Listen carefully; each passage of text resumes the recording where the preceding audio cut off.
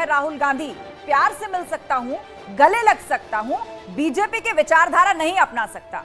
वहीं पीलीभीत से बीजेपी सांसद वरुण गांधी की पार्टी लाइन से अक्सर अलग बयानबाजी सामने आती रही है। वरुण गांधी ने अखिलेश यादव की तारीफ भी की है, जिस पर समाजवादी पार्टी ने कहा है कि वरुण के लिए पार्टी के दरवाजे हमेशा खुले हैं। तो सवाल वही, वरुण बहाना, राहुल का आरएसएस बीजेपी पर निशाना। कौन किसके करीब? वरुण ने की अखिलेश की तारीफ। शुरू करते हैं डिबेट, लेकिन पहले ये रिपोर्ट।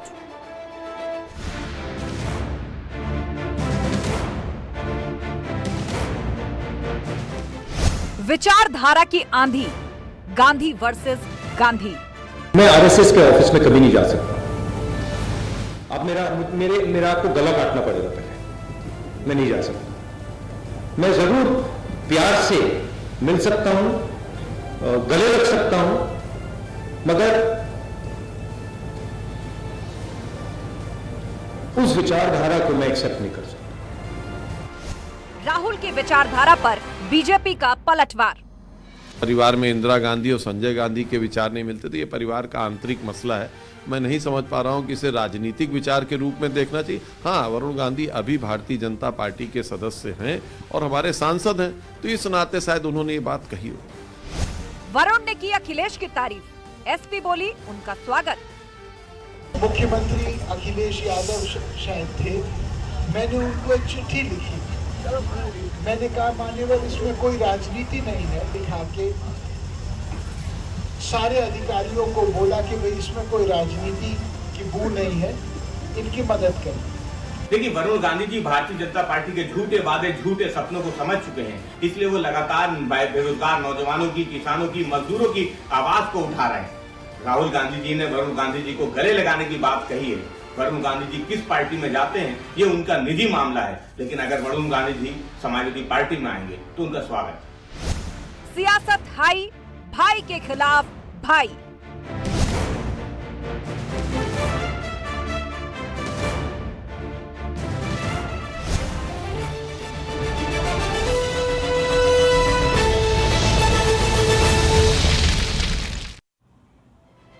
तो वरुण बहाना, बीजेपी आरएसएस पर निशाना। और बड़ा सवाल यह भी, कौन किसके करीब? वरुण ने अखिलेश की है तारीफ।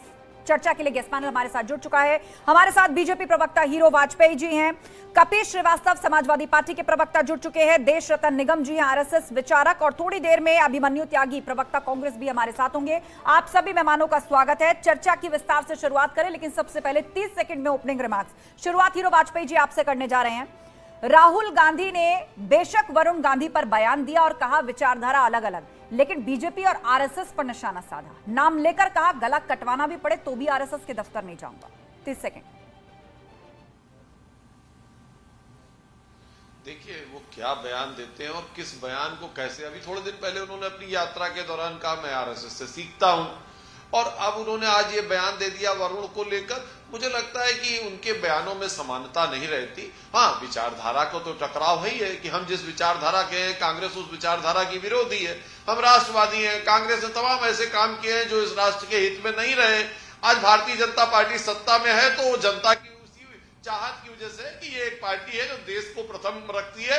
परिवार जो है, पार्टी सेकंड है, परिवार थर्ड है, और वहाँ परिवार। हीरो वाजपेयी जी 30 सेकंड पूरे, आगे विस्तार से आपकी बात सुनेंगे। हीरो वाजपेयी जी 30 सेकंड पूरे, आगे विस्तार से बात सुनने आएंगे। फिलहाल देश रतन निगम जी आरएसएस विचारक हमारे बीच में हैं। देश रतन निगम जी, राहुल गांधी कह रहे गला कटवाना भी पड़े तो भी आरएसएस के दफ्तर नहीं जाऊंगा, प्यार से गले लगा सकता हूं। लेकिन देखिए आस्था जी, जब अधूरा ज्ञान होता है तो यही परेशानी होती है। ये वैसे तो आंतरिक मामला है इनका और वरुण गांधी का, आपस में वो भाई लगते हैं, लेकिन क्या दो नकली गांधी एक म्यान में रह सकते हैं? ये बहुत बड़ी बात है। लेकिन अगर पूरा ज्ञान होता तो उनको शायद पता होता कि बाला साहब देवरस जी जो सरसंघ चालक थे, उनके वक्त में राजीव गांधी उनसे मार्गदर्शन लिया करते थे। वो मित्र दार्शनिक भी आरएसएस को मानते थे, और उस वक्त की बाला साहब देवरस के साथ मीटिंगों की फोटोएं भी ठीक है। बहुत अवेलेबल हैं। तो ये भी उनको पता होना चाहिए कि चाहे वो 1948 का कश्मीर का इशू था, जब हवाई अड्डे को बचाते ठीक हुए है 200 देशरतन जी, आरएसएस विस्तार से स्वयंसेवक आगे मारे बात गए थे। सुनेंगे, लेकिन फिलहाल 30 सेकंड पूरे ओपनिंग रिमार्क्स का वक्त पूरा। हमारे साथ अभिमन्यु त्यागी जी भी जुड़ गए हैं, प्रवक्ता कांग्रेस। अभिमन्यु त्यागी जी, राहुल गांधी के इस बयान को लेकर बीजेपी और आरएसएस समर्थक ये कह रहे हैं कि वो कहना क्या चाहते हैं वो खुद ही कंफ्यूज है। पिछले दिनों भारत जोड़ो यात्रा के दौरान उन्होंने कहा मैं आरएसएस से सीखता हूं, आज कह रहे गला भी कटवाना पड़े तो मैं आरएसएस दफ्तर ना जाऊं। आस्था जी, आपको और पैनल में मौजूद सभी लोगों को नमस्कार, जय हिंद, वंदे मातरम। राहुल गांधी जी ने जो कहा है वो बिल्कुल स्पष्ट कहा है कि जो एक विचारधारा है नफरत की, उस नफरत की विचारधारा के लिए वो तो पदयात्रा भी कर रहे हैं और हम उनके साथ हैं। राहुल गांधी जी का ये भी मानना है और कहना भी है कि अगर अब विचारधारा पे अडिग रहकर वो अकेले भी रह जाएंगे तब भी वो लड़ेंगे ऐसी व्यवस्था से। और हम भी ये प्रतिज्ञा लिए हुए हैं कांग्रेसन कि हम राहुल गांधी जी के साथ हमेशा खड़े रहेंगे। वरुण गांधी जी के लिए जो उन्होंने कहा बिल्कुल सही कहा, अगर वरुण गांधी जी को कांग्रेस में आना है तो वो उस विचारधारा को, नफरत वाली विचारधारा का अंतिम संस्कार करके। ठीक है अभिमन्यु जी, 30 सेकंड पूरे, फिर लौटेंगे। कपीश श्रीवास्तव हमारे बीच में है, समाजवादी पार्टी के प्रवक्ता। कपीश जी, 30 सेकंड के अंदर सपा ने तो भाग खोल करके स्वागत कर दिया है कि तारीफ की वरुण गांधी ने अखिलेश यादव की कि अगर एसपी में आना चाहे तो स्वागत है। 30 सेकंड। आस्था जी, इसमें कहीं दो राय नहीं है कि वरुण गांधी जी एक अच्छे व्यक्ति हैं, और दूसरी चीज ये कि अगर वो भारतीय जनता पार्टी की विचारधारा का परित्याग करके आते हैं, अगर वो माननीय राष्ट्रीय अध्यक्ष जी की नीतियों में अपना समर्थन व्यक्त करते हैं, तो इसमें कहीं दो राय नहीं है कि समाजवादी पार्टी के लिए उनका दरवाजा, हमारा दरवाजा उनके लिए खुला हो और हम लोग बिल्कुल उनका हृदय से स्वागत करेंगे। लेकिन उन्हें अपनी ये विचारधारा जो भारतीय जनता पार्टी की विचारधारा है, इसको त्यागना पड़ेगा, क्योंकि ये राष्ट्रवाद नहीं बल्कि राष्ट्र के विनाश की विचारधारा है। ठीक है कपीश जी, 30 सेकंड पूरे। चलिए चर्चा को विस्तार देते हैं। तो फिलहाल भाई वर्सेस भाई की स्थिति नजर आ रही है, सियासत हाई नजर आ रही है। हीरो वाजपेयी जी, पिछले दिनों खबर आई थी कि समय समय पर वरुण गांधी बीजेपी यानी पार्टी लाइन से अलग हटकर कई तरह के बयान देते रहे हैं, तो कुछ गर्मा गर्मी और खटपट की खबरें आई थी और कुछ लोगों ने तो यह भी कहा कि वो बहुत जल्द कांग्रेस के साथ भी जा सकते हैं। लेकिन आज राहुल गांधी ने अटकलों पर विराम लगा दिया और उसके साथ ही बीजेपी और आरएसएस पर भी सियासी अटैक किया।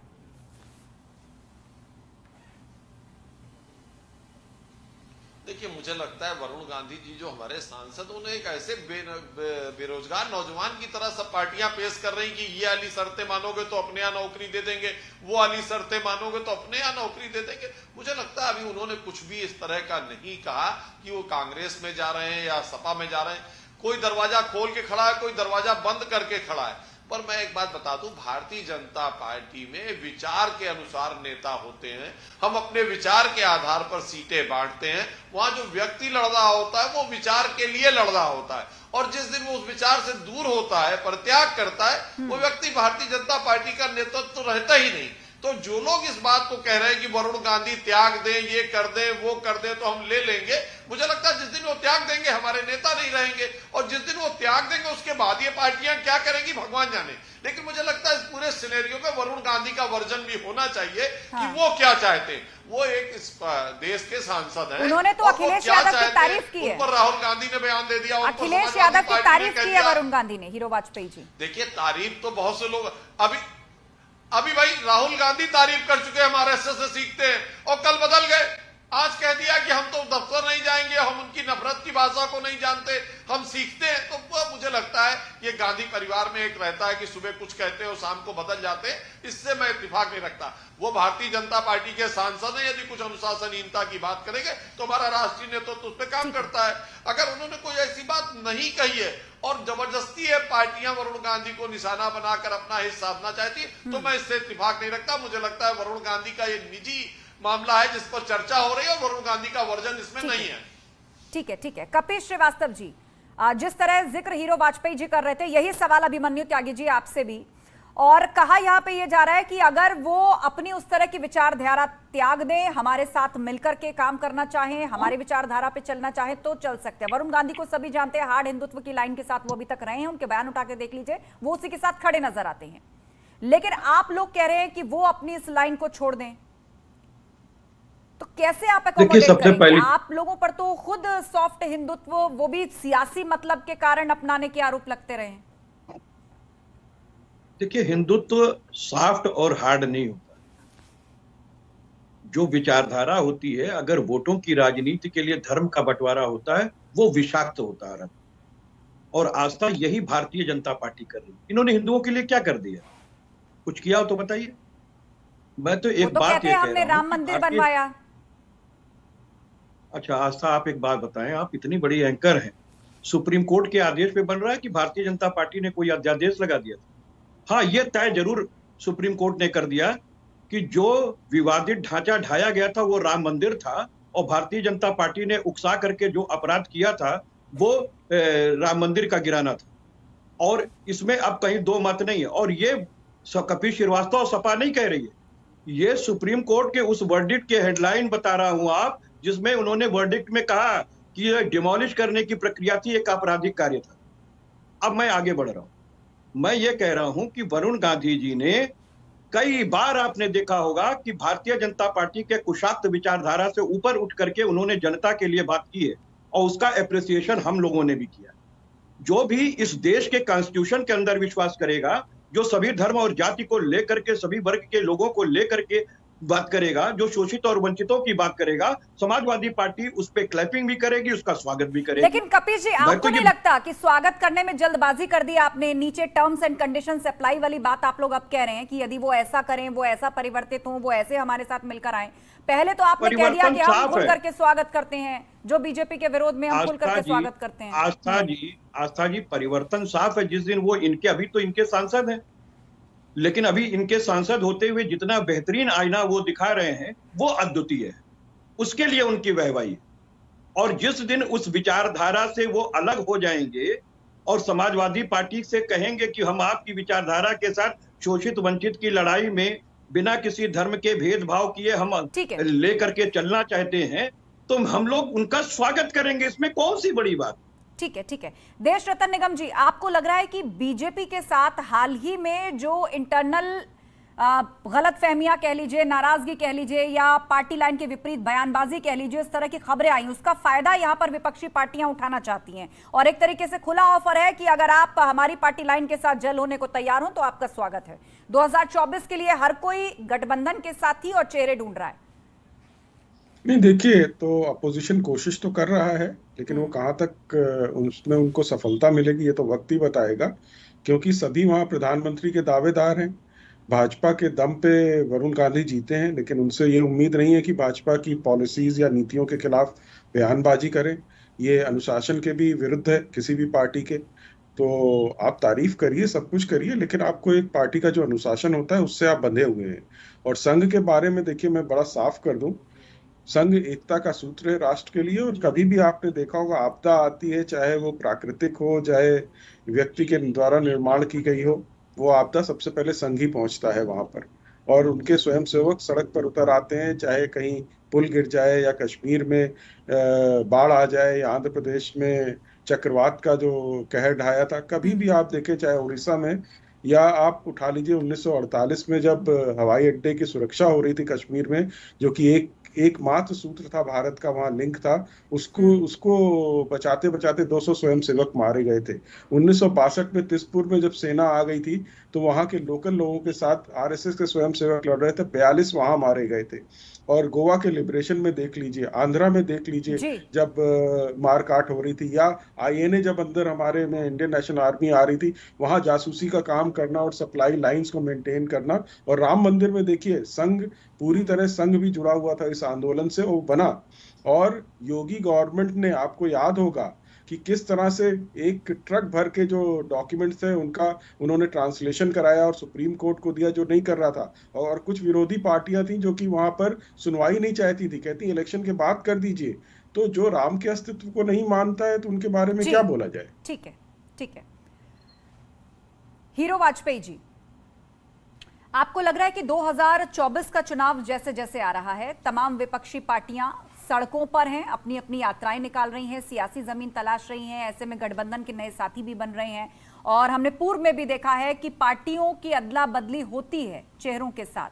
और उत्तर प्रदेश की बात करें तो बीजेपी ने यहां से एक बड़ा लक्ष्य रखा है 80 में से 80 सीटें जीतने का।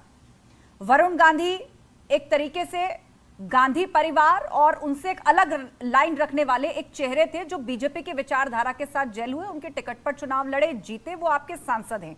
लेकिन अब जिस तरह के बयानबाजी वो पार्टी लाइन से हट करके करते हैं, आप उसे किस तरह देखते हैं? आप उसे बगावत की तरह देखते हैं? आप उसे मानते हैं कि वरुण गांधी वाकई अब कोई नया पॉलिटिकल ऑप्शन देख रहे हैं? उन्हें लेकर बीजेपी ने अभी क्या मन बनाया है, इस पर आप कुछ बताना चाहते हैं? देखिए, इतने बड़े संगठन में कोई एक सांसद कोई बगावत कर देगा, मुझे लगता है ये शब्द ही गलत है। भारतीय जनता पार्टी एक इतना बड़ा विश्व का सबसे बड़ा संगठन है और जिसमें एक सांसद बगावत करेगा, मुझे लगता है ये शब्द गलत है। वरुण गांधी जी को जो करना होगा वो स्वतंत्र हैं। अगर उनको लगता है कि भारतीय जनता पार्टी जिसने इतना सम्मान दिया, जिसने आज चर्चा के विषय में वरुण गांधी को बना के रखा हुआ है, जिसने राहुल गांधी के बराबर उनको खड़ा किया, अगर वो संगठन से वो संतुष्ट नहीं है तो मुझे लगता है देश का कोई भी राजनीतिक दल उन्हें संतुष्ट नहीं कर पाएगा। जहां तक बात इसकी आती कि विपक्षी कहते हैं उन्होंने बयान दिया, उन्होंने ये किया, उन्होंने वो कह दिया, उन्होंने कह दिया। देखिए, अपना है, जब सांसद बोलते हैं तमाम सारी निजी बात भी है। पार्टी लाइन के खिलाफ ना वो कभी गए हैं और ना ही हमारे देश का कोई सांसद पार्टी लाइन के खिलाफ जाता है ना बोलता है। तमाम बार वोटिंग हुई, उन्होंने पक्ष में वोट किया है। तमाम बार ऐसे अवसर आए जहां पर वो पार्टी के साथ दिखे और मुझे नहीं लगता कि कोई बात कहना, अपने निजी क्षेत्र की बात कहना बगावत है। मुझे नहीं लगता कि भारतीय जनता पार्टी में कोई सांसद आज इतने सक्षम नेतृत्व, इतनी बड़ी पार्टी के खिलाफ बगावत करने की हैसियत में भी है। हम सब कार्यकर्ता हैं, हमें अलग अलग रोल दिया जाता है। हमें चुनाव लड़ने के लिए कहा जाता है, हम चुनाव लड़ते हैं। हमें कहा जाता है संगठन में काम करिए, हम संगठन का काम करते हैं। मुझे लगता है कि भारतीय जनता पार्टी में संगठन सर्वश्रेष्ठ है, बाकी लोग उसके जो काम अलॉट किया जाता है उस काम को निभाने का काम करते हैं। ठीक है, अभिमन्यु त्यागी जी, आपको नहीं लगता राहुल गांधी का यह कहना, इतना हार्ड बयान आरएसएस के लिए कि कोई मेरा गला भी काट दे तब भी आरएसएस के दफ्तर ना जाऊं, एक पब्लिक सर्विस का एक चेहरा, एक इमेज आरएसएस की रही है? आपने सुना अभी देश रत्न निगम जी को, उन्होंने बताया विस्तार से कि देश में जितनी प्राकृतिक आपदाएं आई, युद्ध आई, महामारी फैली, कोई क्राइसिस का दौर रहा, तो उसमें कंधे से कंधा मिलाकर बिना किसी स्वार्थ के सेवा करते हुए स्वयं सैनिक दिखे हैं, स्वयंसेवक नजर आए हैं। और अब उनके लिए, उस आरएसएस के लिए जिसके समर्थन वाली सरकार लगभग एक दशक से भारत के अंदर है, राहुल गांधी कह रहे हैं कि गला भी काट दे तो मैं आरएसएस के दफ्तर ना जाऊं। क्या संदेश जाएगा इससे? देखिए आस्था जी, जिस तरह से आरएसएस प्रोपेगेंडा फैलाती है सब लोग जानते हैं। आज देश में भुखमरी है, बेरोजगारी है, महंगाई है, कहां भाजपा का आरएसएस कहां पर है? लॉकडाउन के दौरान कहां थी? जब पैदल मजदूर चल रहे थे तब कहां थी? कोविड काल में कहां थी आरएसएस? ये तो अपना प्रोपेगेंडा फैलाते हैं। राहुल गांधी जी ने बिल्कुल सही कहा है, जो एक विचारधारा नफरत की और बांटने की बात करती है वो आरएसएस से वो बिल्कुल नहीं जाएंगे। उनकी बातों में हम अपनी बातें जोड़ते हैं और प्रतिज्ञा भी लेते हैं कि हम उनके साथ खड़े रहेंगे। और वरुण गांधी जी ही नहीं, कोई भी जो आएगा कांग्रेस में आएगा, और आयाराम गयाराम तो बहुत लगा रहता है, लेकिन चूंकि वरुण गांधी जी ने शुरुआत ही भाजपा संगठन से की है तो ऐसे में पार्टी का, कांग्रेस का भी ये दायित्व होता है कि वो अपनी बात को रखे। राहुल गांधी जी ने अपनी बात रखी कि अगर आपको आना है तो उसको तिलांजलि देनी पड़ेगी, उनकी सोच को अंतिम संस्कार करके आना पड़ेगा उनकी सोच को, और तभी कांग्रेस पार्टी में आइए और तभी आप देश की जो संविधान की जो आत्मा है वो कांग्रेस की विचारधारा है। ये बात सब लोग जानते हैं। कांग्रेस की विचारधारा है देश को जोड़ने की, नफरत को मिटाने की, भाईचारे की, प्यार की, भारत जोड़ो यात्रा के दौरान तो अभिमन्यु जी, राहुल गांधी ने एक बार ये भी कहा था कि मैं इतने किलोमीटर चल चुका हूं, मुझे तो कहीं नफरत नहीं मिली। एक बार उन्होंने ये भी कहा कि मैं आरएसएस से सीखता हूं, मुझे कहीं नफरत नहीं मिली। आज वो कह रहे हैं आरएसएस दफ्तर गला भी काट दे तो भी मैं नहीं जाऊंगा। आस्था जी, यही तो जवाब है। जिस तरह से ये प्रोपेगेंडा फैला रहे हैं, नफरत फैलाना चाह रहे हैं, वो क्या फैला रहे हैं, वो क्या फैला रहे हैं पहुंच रही है। उसके अलावा राहुल गांधी के ये जो बदलते हुए बयान है उससे क्या फैल रहा है, इस पर जवाब दीजिए अभिमन्यु त्यागी जी। आस्था जी, जवाब नहीं बदल रहे हैं। बात यह है, जनता को राहुल जी की बात पसंद नहीं आती तो जनता नहीं जाती। जब से भारत जोड़ो यात्रा चालू हुई है, सिर्फ राजस्थान को छोड़ के हमारी कहीं सरकार नहीं रही है। रोज लाखों लोग क्यों जुड़ रहे हैं पद यात्रा से? क्योंकि जनता खुद चाहती है कि नफरत की जो ये बोली लगातार बढ़ती जा रही है, जहर जो लगातार आपस में फैलाया जा रहा है वो रुके और भाईचारा, प्यार, मोहब्बत, पैगाम दिया जाए और उसी के तहत जनता साथ में जुड़ रही है। ठीक है, उन्होंने हीरो सही कहा है, वाजपेयी जनता जी, जुड़ रही है, कांग्रेस जनता का आ यह रही है। दावा है कि राहुल गांधी की पदयात्रा में रोजाना लाखों जनता जुड़ रही है और इसी कारण सत्तारूढ़ दल की नींद उड़ी हुई है। देखिए, मुझे लगता है नींद कांग्रेसियों की उड़ गई है और जो लोग अभी भी नींद से नहीं जागे हैं उनकी ये 2024 के चुनाव में उड़ जाएगी। कांग्रेस देखिए उत्तर प्रदेश में, जहां तक मैं बात कहूं, पिछले 32 साल से अस्तित्व के संकट से जूझ रही है। कांग्रेस का नामो निशान खत्म हो चुका है। राहुल गांधी अमेठी हारने के बाद वायनाड चले गए, एक खास वोट बैंक के क्षेत्र में, है ना। जो उत्तर प्रदेश में हालात है वो कांग्रेस अस्तित्व के संकट से जूझ रही है। उत्तर प्रदेश में कांग्रेस खत्म हो गई है, खत्म जो रही बची है वो भी 2024 के चुनाव में जो एक सीट है वो भी हारने जा रही है। तो मुझे लगता है कांग्रेस जो उत्तर प्रदेश नहीं जीत सकता वो देश नहीं जीत सकता, ये बात हर राजनीतिक दल को मालूम है। और जो यात्रा निकाल रहे हैं, लोगों को आमंत्रित कर रहे हैं, लोग नहीं जा रहे। अखिलेश केसीआर की यात्रा में जा रहे हैं, राहुल की यात्रा में नहीं जा रहे। मायावती जी ने कह दिया हम किसी के साथ मिलकर नहीं कमाए। तो ये चुनाव के पहले ये विपक्ष साथ करने की कोशिश करता है, काफी मुहावरे आते हैं, हम साथ साथ होने जा रहे हैं, लेकिन अंत में हम 7-8 होने जा रहे हैं। देश में 7-8 पीएम इन वेटिंग है, हर पार्टी के नेता को ख्वाब आ रहा है और मुझे लगता है जनता जान गई है ये दल क्षेत्रीय है, परिवारवादी है ना। इन दलों का कोई अस्तित्व नहीं अपने परिवार, अपने दल, अपने क्षेत्र, अपनी अभिलाषाओं के लिए। इसलिए जनता इनको लगातार नकारती चली आ रही है और मुझे लगता है तीसरी बार देश में आदरणीय नरेंद्र मोदी जी पुनः प्रचुर बहुमत के साथ प्रधानमंत्री बनने जा रहे हैं। ठीक है, कपिल श्रीवास्तव जी, भाजपा मान रही है कि छत्रप जो एक साथ मिलकर के नया अलायंस बना रहे हैं सरकार के खिलाफ, उसमें कई चेहरे हैं जिनका एम्बिशन है प्रधानमंत्री बनने का। वो ना तो स्थिर सरकार दे सकते हैं, ना ही जिस मोर्चे को उन्होंने बनाया है उसी में ही ठीक प्रकार से सामंजस्य बिठा सकते हैं। और ऐसे में एक नए तरह का अलायंस ऐसा लग रहा है सपा उस पर काम कर रही है। राहुल गांधी की यात्रा में नहीं गए, लेकिन केसीआर की रैली में तेलंगाना जाएंगे अखिलेश यादव। आस्था जी, सबसे पहली चीज तो ये कहेंगे कि उनको तो दुख और दर्द होगा ही, जो जिनके सहारे बढ़े हों फिर उनको उन्होंने साइड ट्रैक कर दिया। इनके साथ कौन खड़ा है बताइए ना। इनकी पुरानी विचारधारा से जुड़ी हुई शिवसेना नहीं इनके साथ अकाली दल नहीं, इतने बड़े बड़े दल जो इनके साथ चला करते थे इनके साथ जेडीयू नहीं है, और आज ये तन्हा हैं। और मैं आपको ये कह रहा हूं कि आने वाले समय में नरेंद्र मोदी जी और भारतीय जनता पार्टी की कोई सरकार 2024 में नहीं है। लेकिन इसमें कहीं दो राय नहीं है कि इसमें क्षेत्रीय छत्रप की अपनी एक भूमिका होगी और कांग्रेस की भी भूमिका को इनकार नहीं किया जा सकता है। यह हकीकत है। मैं आपको कह रहा हूं 2024 से पहले आप अभी ये 9 चुनाव हो जाने दें, उसके बाद सारी परिस्थितियां आपको सामने आ जाएगी कि कौन कैसे चुनाव लड़ेगा। हाँ, ये जरूर मैं कह सकता हूं कि पोस्ट पोल भी होगा और प्री पोल भी होगा अलायंसेस, लेकिन नरेंद्र मोदी जी की सरकार को जो बिहार और उत्तर प्रदेश में बेस्ट करना था वो कर चुके हैं। अब वो बेस्ट नहीं कर पाएंगे। 39 में 39 इन्होंने बिहार में, यहाँ पे 66। अब इनकी ये सारी चीजें नहीं चलने वाली है। जनता इनका साथ छोड़ चुकी है। 2022 का विधानसभा का उत्तर प्रदेश का इलेक्शन इनको बता चुका है, इनके माथे पे बल है। 210 सीटें ऐसी रही हैं जो महज हम लोग 200 से 1000 वोटों से प्रशासन के द्वारा हराए गए हैं। और आप देख लीजिए जहां मत पत्र से जो जिनकी ड्यूटी लगी थी उन्होंने डाला, उसमें 351 सीटों पर समाजवादी पार्टी ने लीड किया था। इनकी इसलिए ये नगर निकाय के चुनाव से भाग गया। ये 2024 में षड्यंत्र करके नगर निकाय चुनाव को भी ये सांसदीय के इलेक्शन के साथ कराने की सोच रहे हैं, जो आपके सामने मंसूबा है। और ये भगोड़ी भारतीय जनता पार्टी है जो अब चुनाव से भागना शुरू करेगी।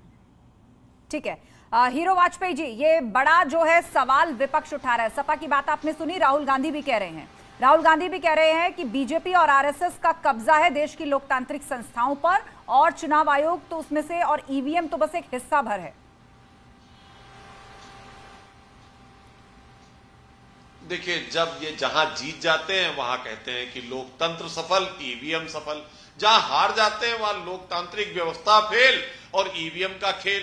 तो मुझे लगता है अपनी सुविधा के अनुसार कहते हैं। जनता पे कतई भरोसा नहीं। और मैं मानता हूं भारतीय जनता पार्टी जनता को जनार्दन मानती है और 2024 के चुनाव में इन्हें फिर आईना दिखाएगा और इस लोकतांत्रिक व्यवस्था और ईवीएम पे इनका विश्वास और दृढ़ हो जाएगा। ठीक है, अभिमन्यु त्यागी जी, भारत जोड़ो यात्रा अब एक तरह से आप कह सकते हैं कि कुछ ही दिन बाद खत्म हो जाएगी। आपने दावा किया कि हमने भारत को जोड़ा, लोग रोजाना हमको लाखों का समर्थन मिल रहा है।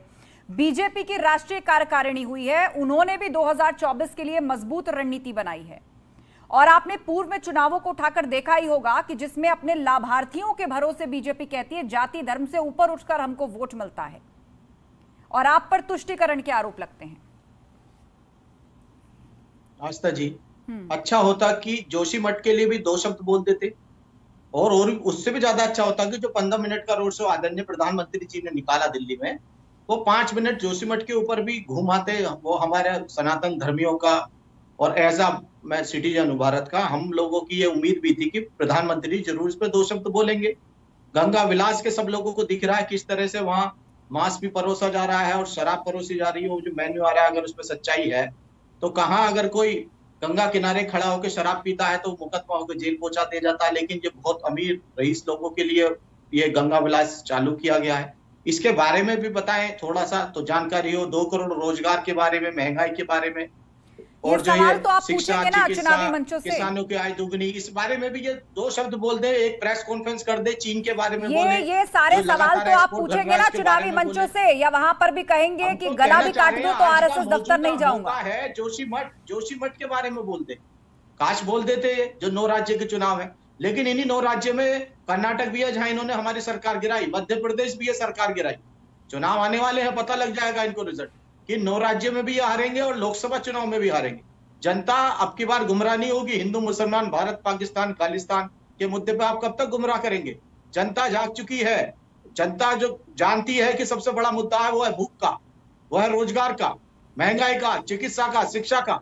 किसानों के लिए मुद्दा है किसानों की फसलों की वाजिब दाम, नौजवान को रोजगार का मुद्दा है। तो ये वो उस मुद्दे पे बारे में बात करें, अपनी मीटिंग करते रहे, वो उनको मुबारक हो। लेकिन जनता अब की बार गुमराह नहीं होगी। निश्चित तौर पे जनता इनको अब की बार सबक सिखाने जा रही है। अभिमन्यु जी, ये बातें तो आपने कह दी, चुनावी मंचों से भी हम ये सब कुछ सुनते रहते हैं, लेकिन मुझे बताइए उत्तर प्रदेश से जिस 80 में से 80 सीट का टारगेट बीजेपी लेकर चल रही है, अमेठी आप हार चुके हैं, रायबरेली फिलहाल आपके पास है। आज तक चुनाव में हार जीत चलती रहती है। जिस दिन जनता जाग गई और जनता जान लेगी कि जो असली मुद्दे है, असली मुद्दे पे जनता आ जाएगी तो हवा ही हो जाएंगे ये लोग। जनता बात नहीं करेगी। अभी तक आपने असली मुद्दे नहीं उठाए थे क्या? पूर्व में जितने विधानसभा चुनाव हुए, लोकसभा चुनाव 2019 के हुए, बाई इलेक्शन हुए, उसमें मुद्दे नहीं उठाए थे आपने? जनता को हिंदू मुसलमान पर, मंदिर मस्जिद पर ये गुमराह कर रहे हैं। एक वक्त होती है, अब गुमराह नहीं कर पाएंगे अब की बार। असल मुद्दे हैं, उस पर हम बात कर रहे हैं, हम आंदोलन कर रहे हैं। ठीक है, आप तुष्टीकरण की बात कर रहे हैं, लेकिन यही आरोप आप पर लगाती है भाजपा और आप इस आरोप को भाजपा पर लगाते हैं। लेकिन सवाल यही है कि क्या तुष्टीकरण की सियासत के बगैर चुनाव नहीं लड़े जा सकते या नहीं जीते जा सकते? क्या सरकारों के पास क्या कामकाज हुए हैं उसको लेकर लिस्ट की कमी है, या विपक्ष के पास मुद्दे जनता के कौन से हैं उसको लेकर के कमी है? कहीं ना कहीं तुष्टीकरण के आरोप सियासत में लगते हैं, दोनों तरफ से लगते हैं। आप सभी पैनलिस्ट का बहुत शुक्रिया इस चर्चा में शामिल होने के लिए। तो बहरहाल भाई वर्सेस भाई की जो स्थिति आज सियासत में नजर आई है, उस पर वरुण गांधी ने तो खुलकर अपना कोई वर्जन नहीं दिया है, लेकिन राहुल गांधी ने उन अटकलों पर जरूर विराम लगा दिया जिसके लिए कहा जा रहा था कि वरुण गांधी क्या कांग्रेस में शामिल हो सकते हैं। राहुल गांधी ने कहा कि मैं प्यार से गले लगा सकता हूं, लेकिन उनकी मेरी विचारधारा नहीं मिल सकती, ना मिलती है। मेरा गला भी कोई काट दे तो मैं आरएसएस दफ्तर नहीं जाऊंगा, यह बयान राहुल गांधी ने दिया है। दूसरी तरफ बीजेपी नाराज है क्योंकि पूर्व में वरुण गांधी ने पार्टी लाइन से अलग हटकर बयानबाजी की है, और अब भी बीजेपी यही कह रही है कि अगर कोई अनुशासनहीनता होती है तो उसके लिए हमारा एक फोरम है, पार्टी हाईकमान उस पर एक्शन लेती है, लेकिन हमारी विचारधारा के साथ जन सेवा की भावना से यदि कोई हमारे साथ जुड़ता है तो उसका स्वागत है। दूसरी तरफ समाजवादी पार्टी ने कहा है कि यदि हमारी विचारधारा के साथ आ जाए तो हमारी पार्टी में भी स्वागत है। हालांकि वरुण गांधी ने अभी तक अपने पत्ते नहीं खोले हैं, उन्होंने खुल करके इस पर रिएक्ट नहीं किया है, लेकिन हाँ, सियासत जरूर आई है और एक स्थिति जरूर